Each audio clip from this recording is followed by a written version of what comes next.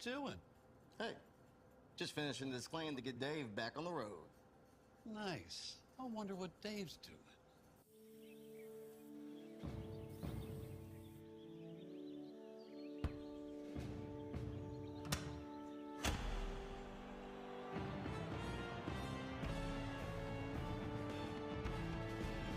You do your thing.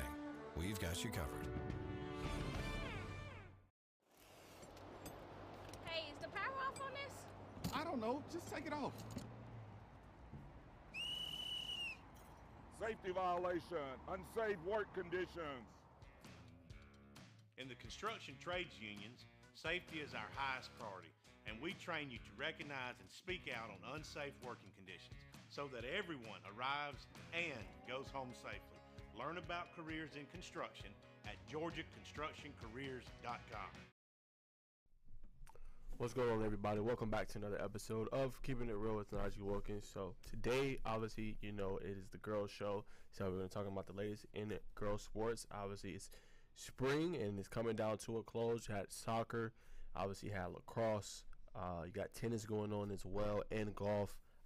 And then gymnastics actually recently just concluded. So a lot of major sports in the realm. But today we'll be talking about some updates on those, get into a little bit of golf, lacrosse, give my predictions as well, who I think is going to come out on top in the quarterfinal matchups. And then we'll conclude with some major headlines all across women's sports with my top 5. But we'll go ahead and get started and just take a look at some of the news across girls sports. So Westminster girls tennis, they set up for an epic clash against Bainbridge. They're going to face off against them. And they were able to, win and continue to advance. So they've been having, obviously, a good run at it. And they've been playing some stellar tennis so far. I tried to get them on. I reached out to about 4 or 5 different guests, but a lot of them are playing at this time between the 4 and 5 p.m. window. So it's kind of tough for them to come on. So I'm going to try to get at least one of them. I know Wesleyan's also been doing really good in soccer, girls soccer. So I'll try to get one of these guests on hopefully for next week. But they've been doing their thing. They advanced to play Bainbridge. Other news, Riverwood, they're actually going to have their fall sports tryouts this week on the girls' side for all the girls' sports.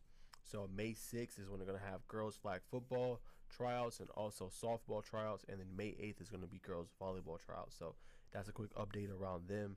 They expect to have their tryouts here next week, actually, for their sports.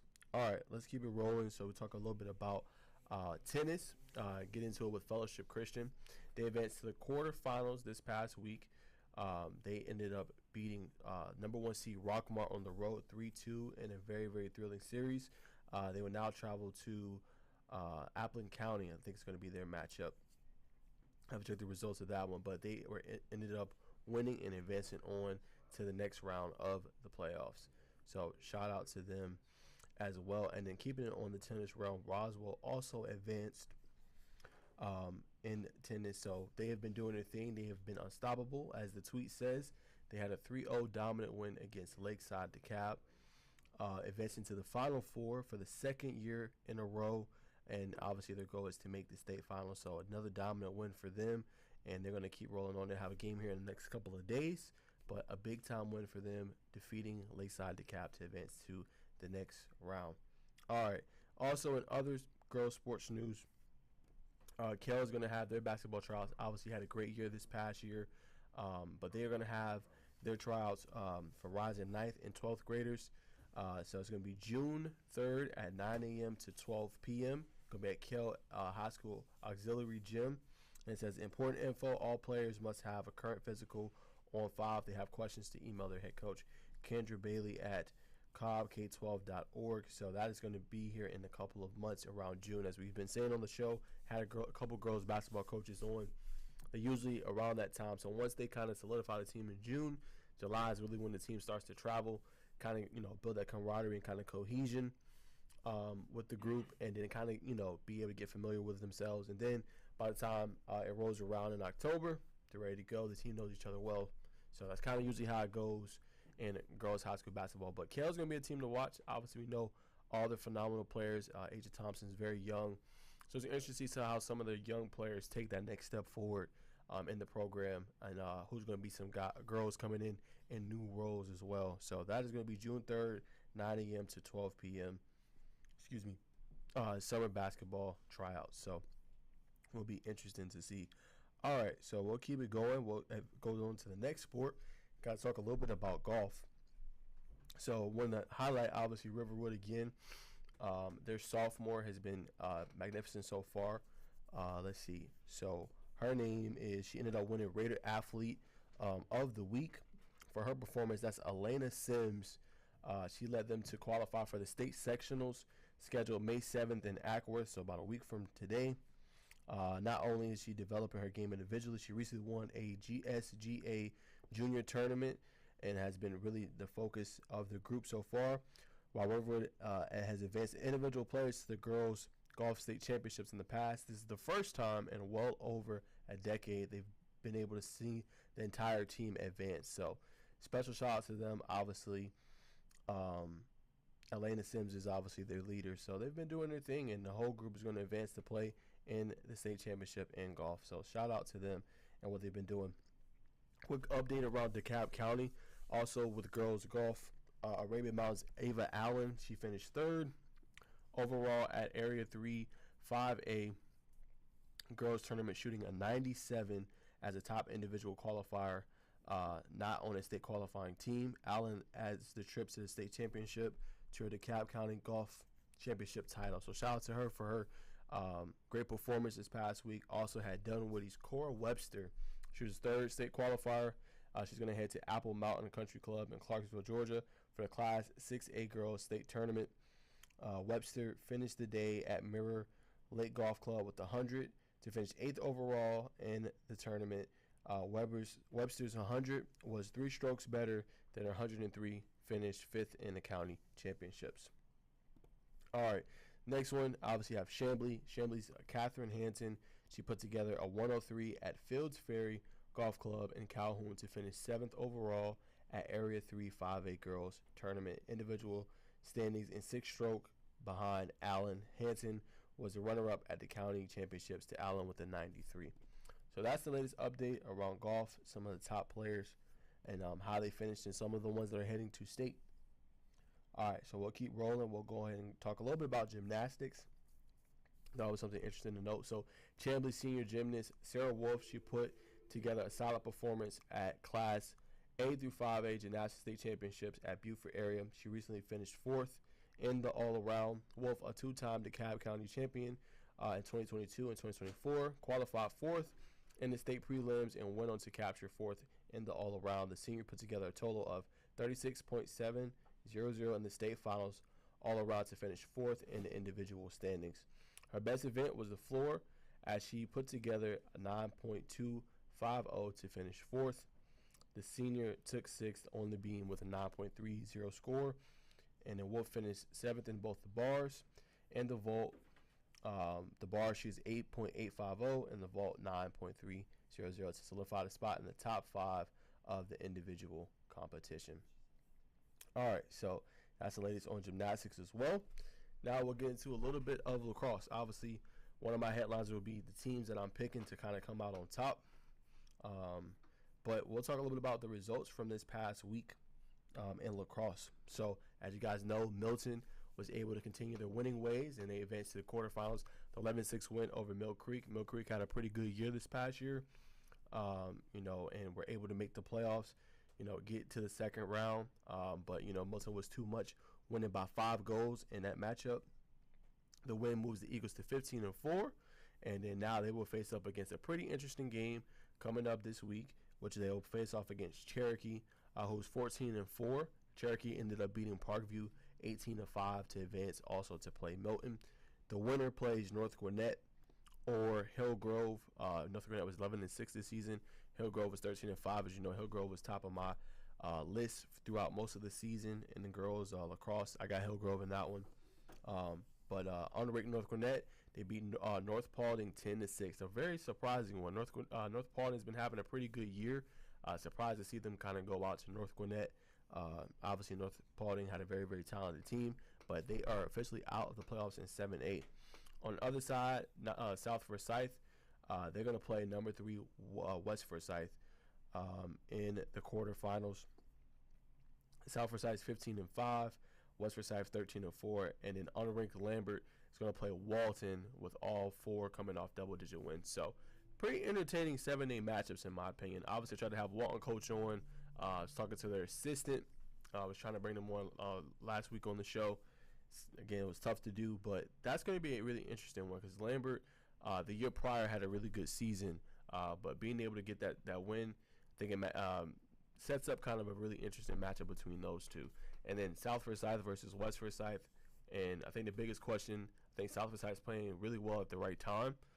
Biggest question was, obviously, could they win the big game? And they got another big one coming up against West Forsyth, who only has 4 losses this year. So I think the battle of the Forsyth counties schools, I think it's going to be really intriguing to see who's able to win, who's able to come out on top. So can't wait for those two. Will be a lot of fun to watch. All right, 5A, 6A now. Looks like all four Area 5 teams are still playing in that classification. Top seed and number 3 Cambridge, they beat GAC 21-3. Unranked Chattahoochee beat Midtown 15-4. Roswell, a 3 seed, they beat Lakeside Evans 13-4. No surprise there. Top ranked and 3-time defending state champion Blessed Trinity, they cruised to a win over Decatur 22-6. So the matchups this week are going to be Lassiter versus Cambridge. Unranked Alpharetta, who is actually sub 500, 10-11. They're going to play against River Ridge. Let's see, got Pope versus Blessed Trinity, and then Roswell versus Creekview. So all entertaining matchups. I think one of the most entertaining ones, and this one would be Cambridge versus obviously Lassiter. Lassiter again had a really good year this past year. Cambridge, they I think gave the biggest test in state to Milton this past year, only losing by 2 goals, 11-9 in a very competitive game. So that could be, the team that makes a little bit of a run. In that one, and it is favorable. If Cambridge can beat them, advance to the semis, and they'll probably face off against the winner of Alpharetta and then Chattahoochee, which will be another favorable matchup for them. So it could be a really intriguing state championship game as well. So last but not least, obviously got Class A through 4A. So have another number 1 versus 2 quarterfinals matchup. Wesleyan, they're going to be playing up against Fellowship Christian. That's going to be an electric game. Wesleyan beat Fellowship 13-10 on February 27th. Defending state champion and number 10 Pace Academy will play against Westminster.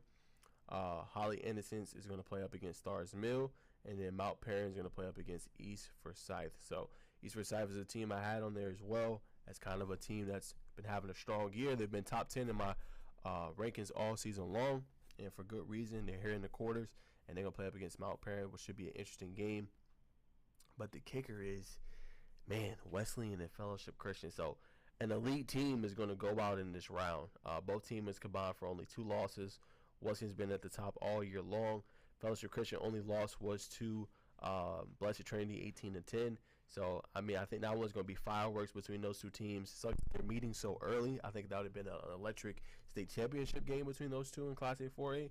But it will be interesting to see who comes out on top. Both teams have great attackers, score a lot of goals. Be interesting to see in that game who can come up with the stops and be able to slow down both prolific offenses. So that is going to be a very, very entertaining quarterfinals matchup. And then obviously Pace Academy and Westminster will be another pretty good one. Westminster, I think, was number 3 pretty much all season in my rankings and had a really great year. They're going to play up against Pace Academy, who is the defending state champs. So will be a lot of fun. That's going across. Obviously, I have my predictions for the quarterfinals a little bit later on, but that is my thoughts there. Actually, we're going to take a quick short break and thank our sponsors. Be back on the other side for some more news. Hey, is the power off on this? I don't know. Just take it off. Safety violation, unsafe work conditions. In the construction trades unions, safety is our highest priority, and we train you to recognize and speak out on unsafe working conditions so that everyone arrives and goes home safely. Learn about careers in construction at GeorgiaConstructionCareers.com. What you doing? Hey, just finishing this claim to get Dave back on the road. Nice. I wonder what Dave's doing.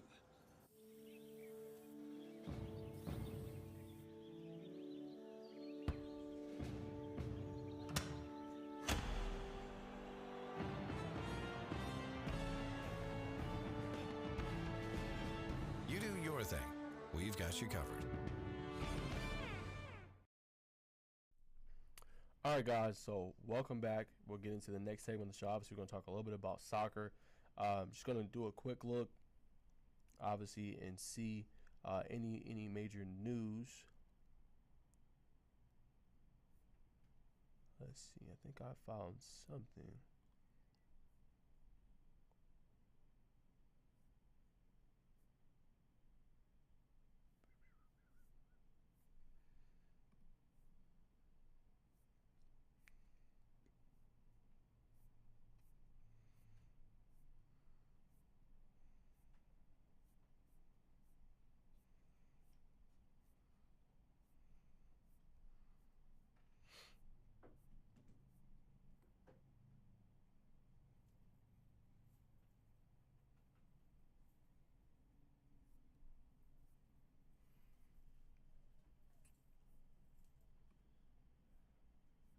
Let's see.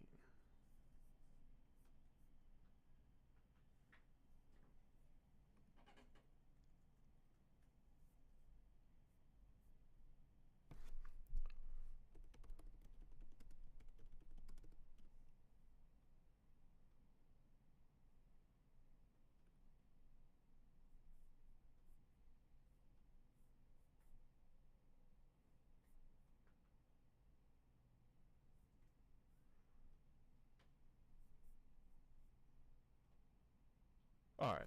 So I did find something. Obviously, some major people will be in this event, obviously on the boys' side. But Gwinnett County Sports Hall of Fame, obviously this class was announced, obviously, back in February. But a key name that was on this list is obviously Cameron Hayward.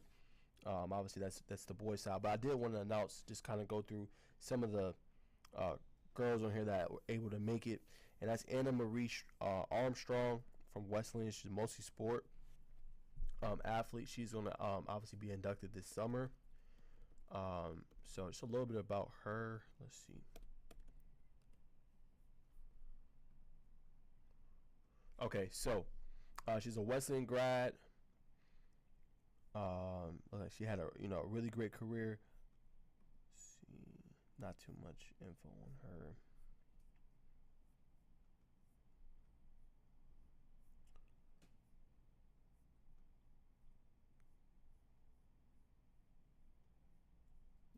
Very short.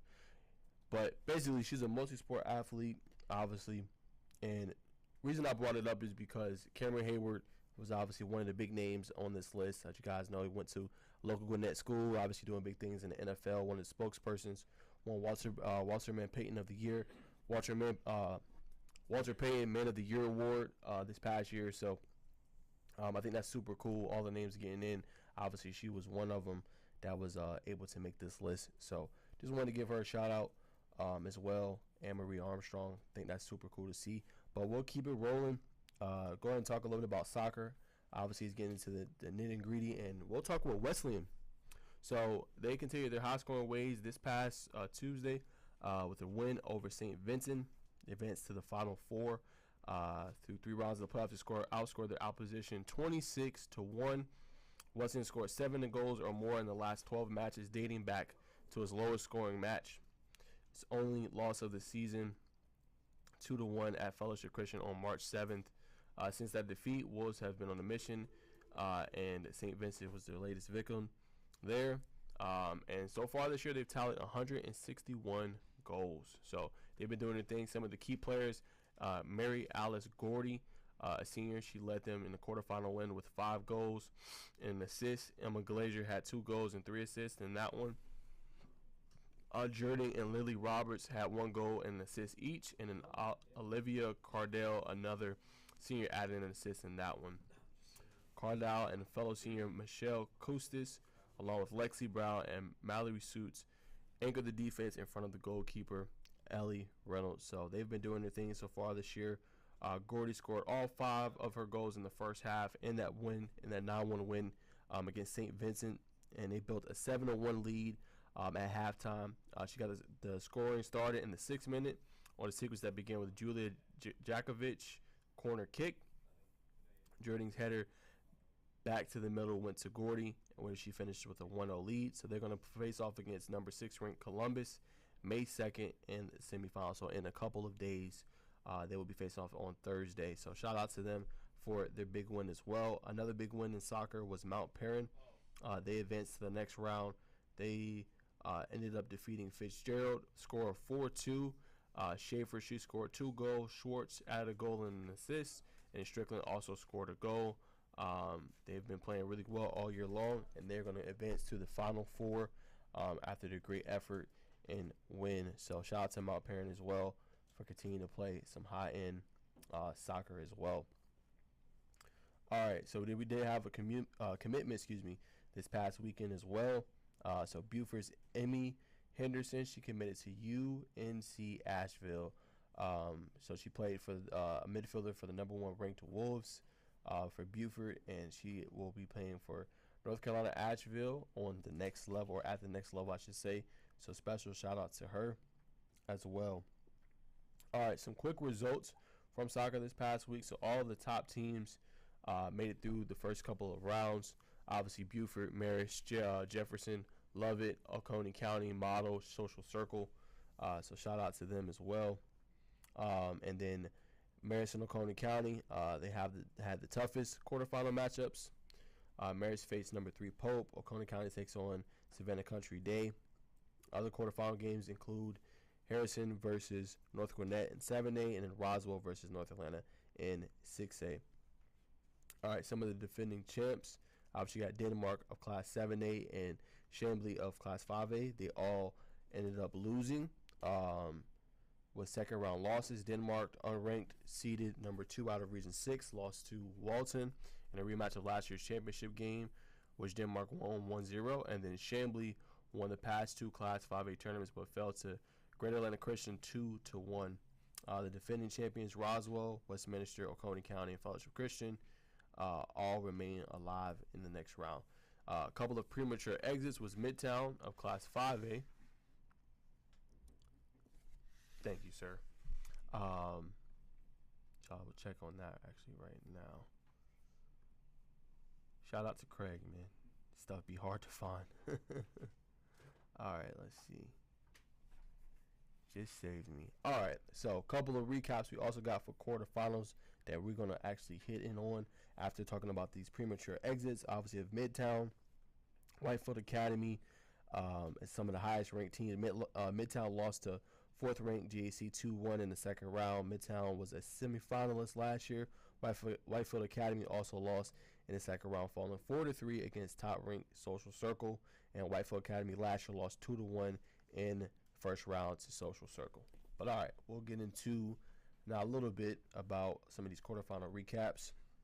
All right, so Walton is going to advance on to the semifinals. Walton girls team earned 4th consecutive semifinal berth. Wow, they have been pretty good. With a 4-1 victory over Campbell on Monday in the quarterfinals in Class 7A playoffs at Raider Valley. The Raiders scored 2 goals in the first half and added 2 more in the second to earn a trip to Buford for a semifinal match on Thursday. With the win, Walton is 1 game away from a second consecutive trip to the state finals, where it finished runner-up to Denmark in 2023. Via coach Jason Page, he said that says a lot about the leadership of our team in the past 3 years. Walton broke through with his first score when Addie Primick blasted the ball into the goal from close range for a 1-0 lead with 17:26 remaining in the first half. The Raiders added to the lead at the end of the first half when Angelina N broke away from a goal to make it 2-0 with 1:39 left. Campbell fell just short of a goal at the beginning of the second half when Maria Stevenson's shot hit the goalpost with 38:29 to go in the game. Walton stopped another Campbell scoring attempt a couple of moments later when goalkeeper Elora N made a leaping deflection of Ava Cook's free kick at 36:09 mark. The Raiders went on to add 2 more goals after that as Reagan Mulberry scored with 30-12 left in the game, followed by a goal from Hayden Jenkins with 28:02 left to make it 4-0. Campbell averted the shutout towards the end of the second half when Brooks Suttle scored on a header with 4:47 to go in the game. And then Page said, the way we play speaks for itself. We play hard. We play disciplined. We took our opportunities when we had them. That's just classic soccer that we saw today. So special for Walton being able to advance 4-0 going to the next round. Then you also had Buford beating Hillgrove. Ivani Torres, great point of scoring chances on her own. Hillgrove gave her one as well in the game. Torres' first half goal landed number 1 Buford a lead and held until tacking it on an insurance goal from Sabri Vargas in the waning moments Monday night for a 2-0 victory over Hillgrove. In the quarterfinals, the Wolves are 19-0-1 this year. They're going to host Walton in Thursday's Final Four. Needed just 1 goal thanks to a stingy defense that recorded its 18th shutout. The unit has allowed just 2 goals all season, 1 at Mill Creek on February 27th and 1 at North Paulding on April 12th. Hillgrove presented a tough challenge with its physicality and athleticism, but Buford kept its season going. Via quote from their coach, Megan Hill, she said, they were strong, they were athletic. It was probably the most physical game we've seen all season, which is good for us. We need games like this so we can get beat up a little bit and see how is our head. Mentally, when you get fouled or you don't get a call, can you keep your mouth shut and move on? Can you battle back? We talk about all that. Blatt, body language after a turnover. Whether it's a foul or a turnover, are you popping up and getting back, or are you sulking because something didn't go your way? So, very interesting quotes there from her. The goalkeeper, Alina Pope, made a couple of first half saves to keep the match scoreless until Torres took advantage of the miscue by the taller, bigger, and physical Hillgrove defense. The Hawks sent a pass between defenders, but ended up right at the feet of Torres, 12 yards in front of the goalkeeper, Lauren, who was peppered by Buford shots much of the night. So shout out to her. Big time win for them as they advance on and will face one in an entertaining matchup. The last one looks like North Gwinnett. They beat Harrison. Looks like Wesley Eyestone Hop. She converted a penalty kick with 25.8 seconds left in the match to lift North Gwinnett to a come from behind 2-1 victory over Harrison in the girls' Class 7A state quarterfinals on Monday. The penalty was called on Hoyle's goalkeeper Ava Wells, who came out to challenge the last-second pass in the penalty area. Hope's kick was not touched as it hit the back of the net. Flow time left. Harrison put everyone forward to try to score the equalizer. North Gwinnett intercepted the pass, and the breakout ensued, which culminated in a goal by Isa Pozna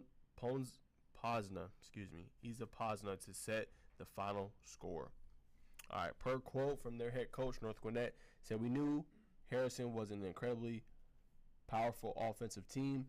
We had to take advantage of our opportunities, and we didn't do that in the first half, and we did it in the second. The Hoyles controlled the pace.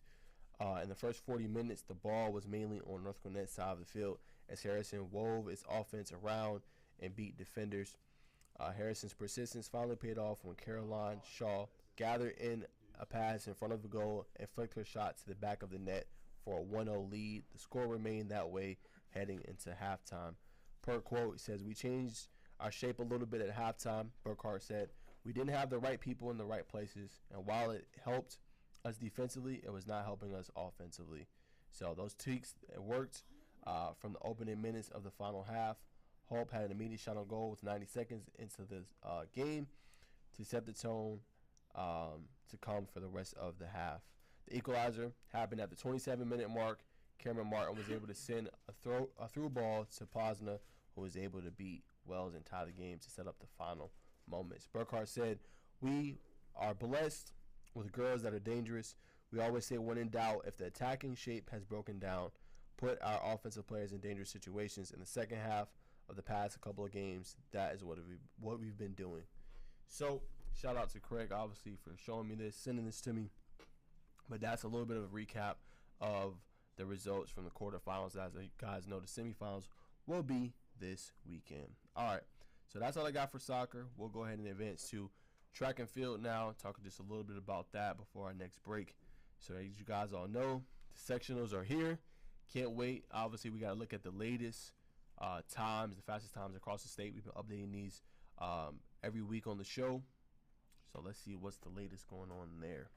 All right, so as you guys know, Seimone Igwelu, she's been doing her thing. A couple of weeks back, she set the fastest time in the state, 11.38 in the 100-meter.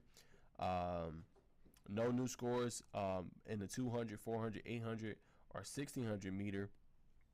But about 10 days ago, had Caroline Hood in the 3200-meter set a new fastest time with 10:28.78 time at the Carolina Distance Carnival. So she set the time. And then Mariana Wright of Monroe in the 300-meter hurdles, 41:60 is the new fastest time. She set that last weekend in GHSA 3A Region 1 championships. So, excuse me, special shout out to her as well. And then, so as the times remain, the fastest so far, 200-meter, 23:24, Sinai Frederick of Druid Hills, 400-meter, 53:62, Madison Garner of Woodward, 800-meter, Alo Watson Oyeli of South Cobb, 206.60. Obviously, Caroline Hood in the 1600 and 3200-meter, and then Kennedy Myers in the 100-meter hurdles, 13:52. That was set back in March. As far as the relays, Druid Hills has it in both the 4x100 and the 4x200. 4x100, they have a time of 44.84. 4x200, 135.50. Then Woodward Academy owns the 4x400 fastest, 3:43.30, and then Pace Academy has the fastest time in the 4x800, 9:24.61. All right, also have jumps. The high jump right now, best distance 5'10". That's Marley Deringer of Bremen High School. She has the longest mark, long jump, 2.5 inches. Mary Roger of Eagles Landing Christian. Triple jump, Danae Nebahard of Decula, 40-8. Pole vault is Madison Townsend of Westminster, 13-225. Discus, Lily Rowan, 135-3 for Lanier Christian Academy. And then shot put is Christiane Akintayo of Archer, 45-05 for that. All right, let's see.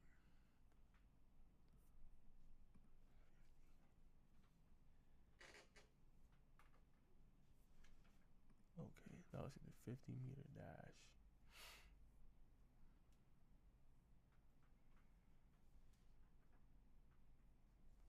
All right, so that's the latest times and longest jump story so far this season. As far as just other results, gotta give a shout out to Bria Kelly. She earned first place in the long jump event in the Region 4 6A championship. She earned first place with jumping 18 feet and 3 inches. This is 2 feet further than her season best, 1 foot further than her personal best from last season. So shout out to her for her result. Other results around, you had the Westlake girls outscoring Carrollton 194.50 to 164. And East Carolina came in the close third with 106.5. On the girls' side, Carrollton outscored Westlake 62-11 in the distance, but the Lady Lions excelled in the jumps, earning a score of 56.5. Sprints, they earned a 48, and hurdles of 42. In Class 6A, Etowah girls posted a score of 197. They topped Alatoona 102. And then the girls also excelled in the sprints with the 52 score, jumps 44, and in relays 38. Sophomore Iwu Mazina Adet, she had 12.04, and senior Cameron Peoples, she had a 12.51. Clocked a 1-3 finish in the 100-meter dash for 16 points, and Kira Stevenson added another 2 with her 7th place time of 13:06. The trio performed even better in the 200-meter dash with Adet 24.81 placing first. Peoples, she clocked third with 26.06, and then Stevenson earned 6th with 27.07 for an additional 19 points. Peoples, who finished third in both the 100 and 200, conquered the 400-meter dash with a top finish of 58.20. Freshman Sophia Wasden and sophomore Cameron Williams finished 6th and 7th respectively, and helped account for a 15-point team output in the 400. As a result, Etowah had 3 sprinters earn points in the 100, 200, and 400. Stevenson, who placed in the 100 and 200 meter, earned first place finish in the girls triple jump with 38-6.50, and Williams picked up 6 points with third place finish, 36-6.75. In the long jump, Etowah Jr. Gabby Crane, she finished first with 18-150, and Williams picked up 5 points with a 4th place finish of 16-950 leap. All right. In other news, got Woodward Academy. They swept Region 3 with a commanding 243.50 output by the girls and 190 performance, obviously, by the boys. The Lady War Eagles outscored second place Rockdale, who had a score of 129. And then, let's see.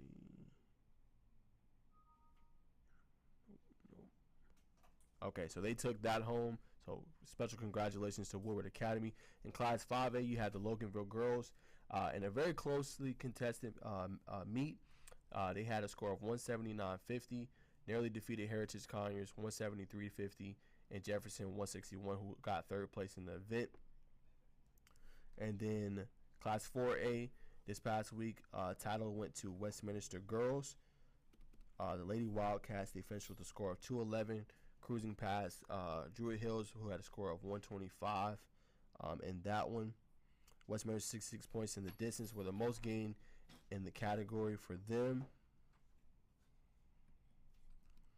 All right, and then in Region 7 5A, Calhoun swept titles, and Cartersville earned second place in both the boys and the girls.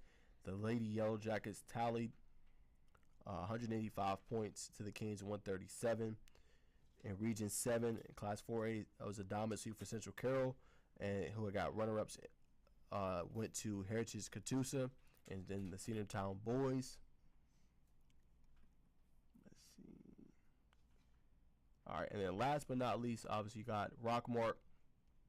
Rockmart girls got a score of 205. They outgained Model, who had a score of 196, to take that home as well. So shout out to them and all the results. Now, as you guys know, it is the sectionals this week. So that's going to be May 4th. So it'll be kind of the qualifiers for state.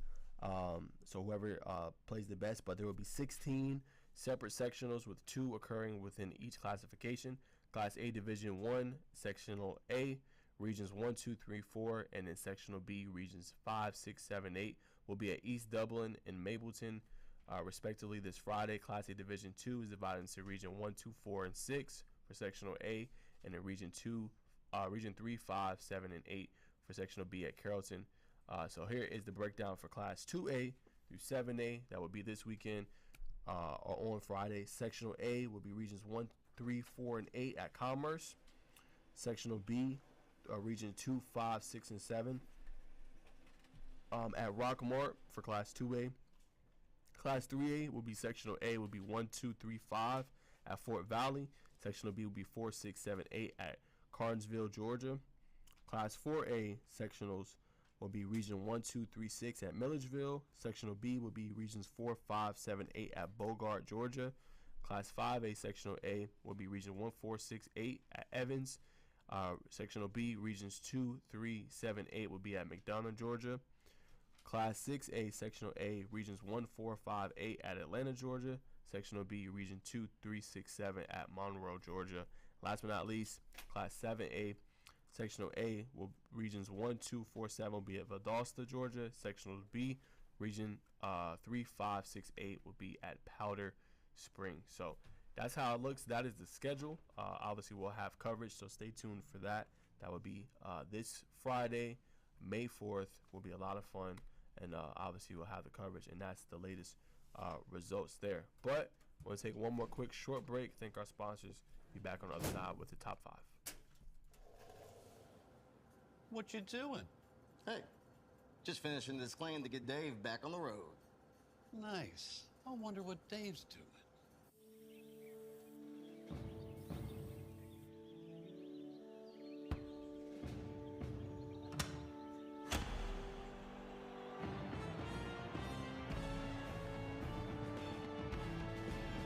You do your thing.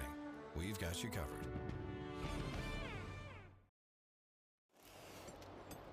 Hey, is the power off on this? I don't don't know. Just take it off. Safety violation. Unsafe work conditions.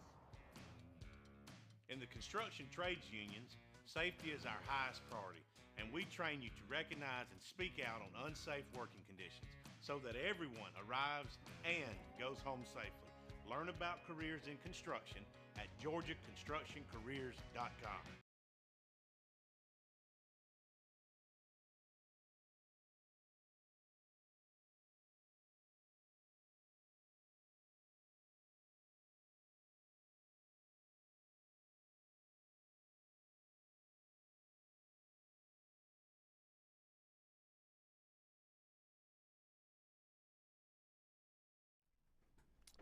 All right, guys. So, pretty interesting news, obviously, before we start the top five. Craig just pointed out to me Reagan Mulberry. So, she has a potential chance, as Craig was telling me, to compete, obviously, in the tennis state championships and also in the soccer state championships. So, I think that's an amazing honor.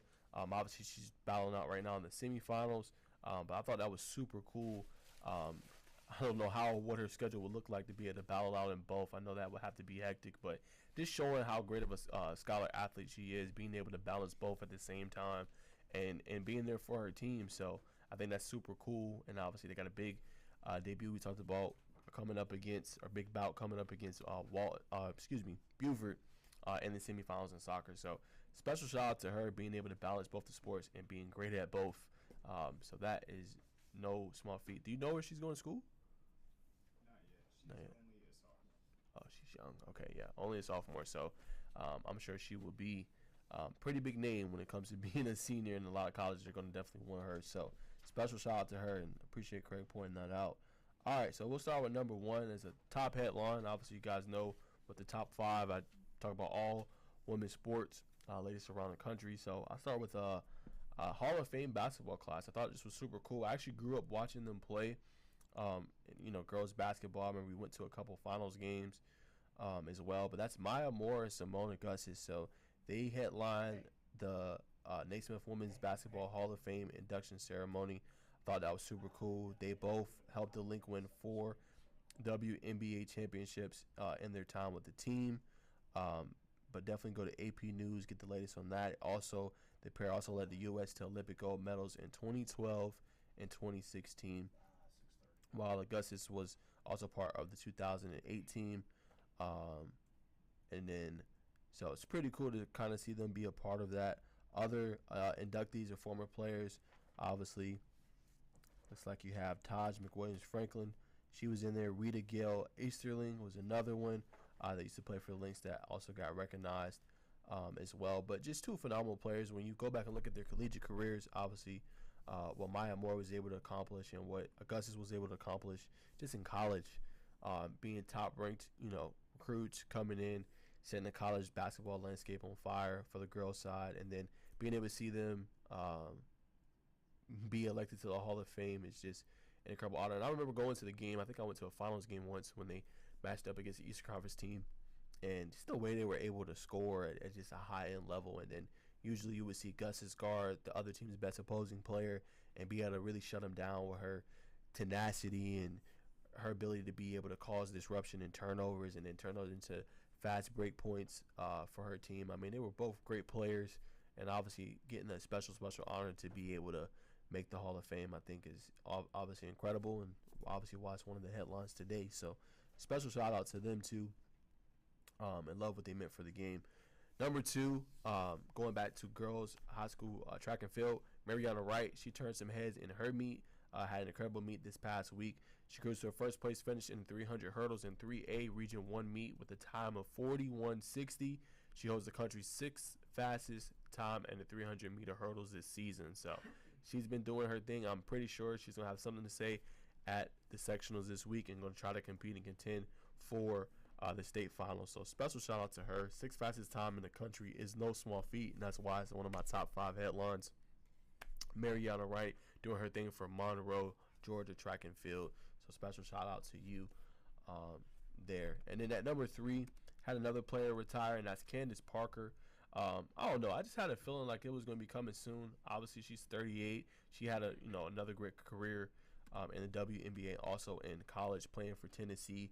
I know she was one of the major players, I think, to like first dunk, or it be a highlight, of a woman player dunking. That's one of the things that's always caught my eye. I just remember about her. But yeah, man, I think she does a great job, obviously, on TV. I just knew it was coming eventually.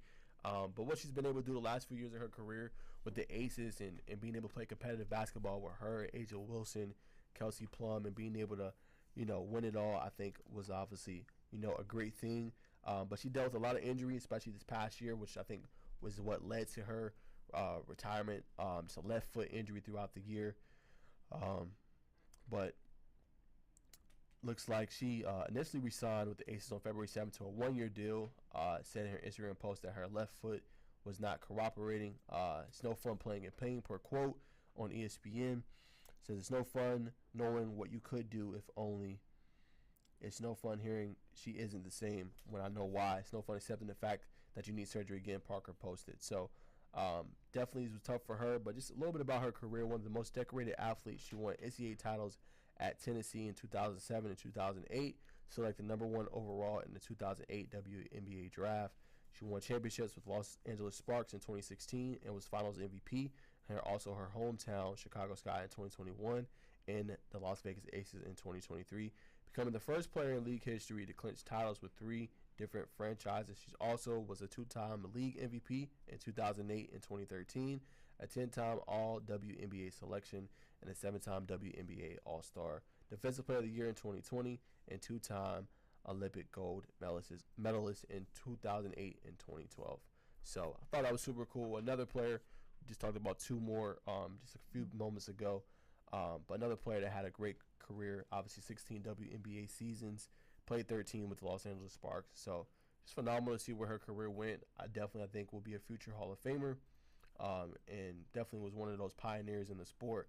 And it's pretty cool to see, as we've been talking about on the show the past, couple of months, especially with the, craze obviously around Caitlin Clark and Angel Reese, Camila Cardozo, Cameron Spark, but just being able to see what the game is. And obviously these are some of the players that led the way. Obviously Diana Taurasi, you go throw in Candace Parker, Maya Moore, Seimone Augustus. So it's at a great place, and now it is a new era, and I think it'll be a lot of fun to watch, especially this summer, and it'll be interesting to see kind of how the sport is going to look on WNBA level, and if you can get more sponsors and more viewership now with some of the stars of today coming into the league and leaving their impact. I think it will be a lot of fun.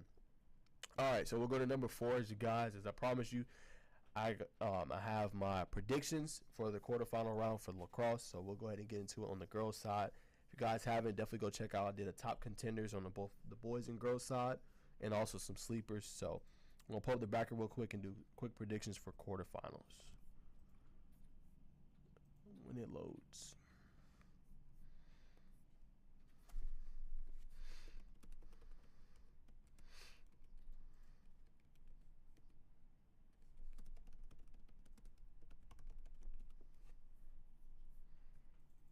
All right, so here we go. All right, so as you guys know, it's a tough one. Wesleyan will be at home against Fellowship Christian. Again, I think it's going to be one of the best games of the playoffs. I would love to have seen this matchup in the state championship between these 2 stellar teams. But I'm going to roll with Wesleyan. I think they got it in Class A 4A. I think it's going to be a high-scoring game. I'm going to take the over on 20 goals combined for both teams. And I got Wesleyan coming out on top on that one. You got Stars Mill, Holly Innocence. I'm going to go with Stars Mill. I think they have a really good back line, and they're going to be getting the critical stops to advance to the semis, rolling with them. And then I'm going to go with Westminster. I know Pace Academy is the defending state champions, but I think Westminster is playing at just another level all year long. They're going to be at home in this game, so I got them coming out on top. And I'm going to go with East Forsyth, a team I've been high on. They're going to have, obviously, not an easy game against Mount Perrin. They will be on the road, but I think East Forsyth is going to surprise a lot of people in this game and be able to score, another high end with the goals. They scored 17 in the second round against Columbus. I think that's going to be more of the same, so I got them coming out on top. Moving on to Class 5A, 6A, I'm going to roll with Cambridge. Obviously, it'll be a road game against Lassiter, who has the higher seed, but I think Cambridge has something to say about that 5A, 6A championship this year. And I think they've proven it with some of their out-of-state games and hanging with some of the best teams in the state this year. So I'm rolling with Cambridge on the road. And then I'm going to roll with Alpharetta. Shout out Dolan, shout out Hoochie, who actually struggled through the midpoint of the season. But I think Alpharetta is going to come out on top. I like the way they're playing right now. Scored 15 in the first round matchup against Alatoona and then 12 against River Ridge, a really good team this year. So I think they're battle tested. I got them coming out on top. And then Roswell Creekview, I'm going to roll with Roswell. I know they are a 3 seed this year, but I think they have that experience. They've been good year in, year out. So I roll with the experience in that one over Creekview to come out on top. And then I got to go with Blessed Trinity, who's looking to do that 4-peat. They will be at home against Pope. I think they just have a little bit too much. And obviously, like we said earlier, gave Fellowship Christian their only loss this year. So I think Blessed Trinity comes out on top in that one. All right, last but not least, we have 7-8 girls. So Lambert, Walton. Walton will be at home. Again, I've been trying to get their coach on, see if I can do something maybe this week. If not, hopefully early next week. But more Walton. They have some really great midfield and attacking. I think they're going to put a lot of pressure on the Lambert defense. I think it's going to be a tough game for them. So I got them with the over 10 goals in that one for Walton, who scored 20 in their game prior. I think they get easily over 10 goals in this one in advance. And then West Forsyth, South Forsyth is really interesting. South Forsyth scored 21 goals in both of their playoff games so far. And both teams can score at a high level. So I think it's going to be, one of those intriguing games with a lot of goals scored. But I'm going to roll with West Forsyth to come out on top. I think they win that one pretty handily in that one and advance to the semis. All right, got North Gwinnett and Hillgrove. I'm going to go with Hillgrove, the home team in that one. They were reason why they won their area and they're the number 1 seed. So I'm rolling with them. I think North Gwinnett, they're going to have a hard time kind of in the midfield and in the back end slowing them down. So I'm going to roll with Hillgrove to come on top. And last but not least, Cherokee and Milton. Got to go with, one of the most decorated programs here in the state. Again, winning 16 of the 18 state championships ever. I'm rolling with Milton. I know they had probably raised a couple question marks, only a 5-point win against Mill Creek, but guys got to remember they have a very young team, so still figuring things out. And I think this will probably be one of the most impressive jobs, obviously, of head coach Tim Gott, because with losing so much talent you had last year, new group coming in, new players trying to figure out their roles. I know it's later in the season, but I think this would be probably one of his more impressive jobs, especially if they win it all this year, just with the influx of talent that they had to bring in, and then the new girls in new roles. So I think that's going to be crucial for them. But I got Milton coming out on top. So those are my picks. That's what I got as far as who I got coming out on top in the quarterfinals. Last but not least, at number 5, we'll go back to volleyball. They are one of the best teams actually in the Pro Volleyball Federation, and that's the Atlanta Vibe. They clinched the number 1 seed last week, and then here is the latest on them. So they clinched the number 1 overall seed, and the championships is slated for May 15th through the 18th. The 2024 regular season champs have 2 remaining home matches before they head off to a neutral site postseason event. And like I said, the best record, they're 17-5 this year. The second closest team to them is Omaha Supernovas, who's 13-7. The Vibe is very good at home. They're 9-2 at home and 9-3 on the road. They've won 2 consecutive games, but they've been the best team all season. And what's so cool about it, they're going to play at the Shy Health Center in downtown Omaha, Nebraska. They're seeking their first championship in the league. It looks like the 2 semifinal matches will be on Wednesday, May 15th, and the title match on Saturday, May 18th. And all matches in the playoffs will air on the CBS Sports Network. So I think it's a pretty cool time. Obviously, we talked about the growth of volleyball, not just here, but just all around, and having more options for the girls coming out of college. And Atlanta Vibe is having their best season in program, or you could say team history, and they've been doing their thing and seeking another title. The latest title was obviously Atlanta Braves in 2021, being able to win that title. So shout out to them. I think this is their championship to lose, with how good they are, just as far as with their kills, the backline and defending, and the blocks that they're able to get. So won't be surprised if Atlanta Vibe is able to win it all and bring another championship back to the A. So special shout out to them. But thank you guys for tuning in. That's all we got for today for the girls show. Again, I'm trying to get guests on. It's tough with the time. A lot of them either have playoff games or they have something going on at that time. But next week I know will be leading up to the state championships for track. I know the finals will pretty much be intact for soccer. I know lacrosse will be getting to the semis. So I'm going to try to get somebody hopefully on next week. Probably have to hit up probably like 30 people. I've been up to like 15, 20 trying to get people on. Easier said than done, but I'm going to keep trying. So hopefully we get a guest on next week for Keeping It Real with Najeh Wilkins, the Girls Show. But what you got for tomorrow, Craig?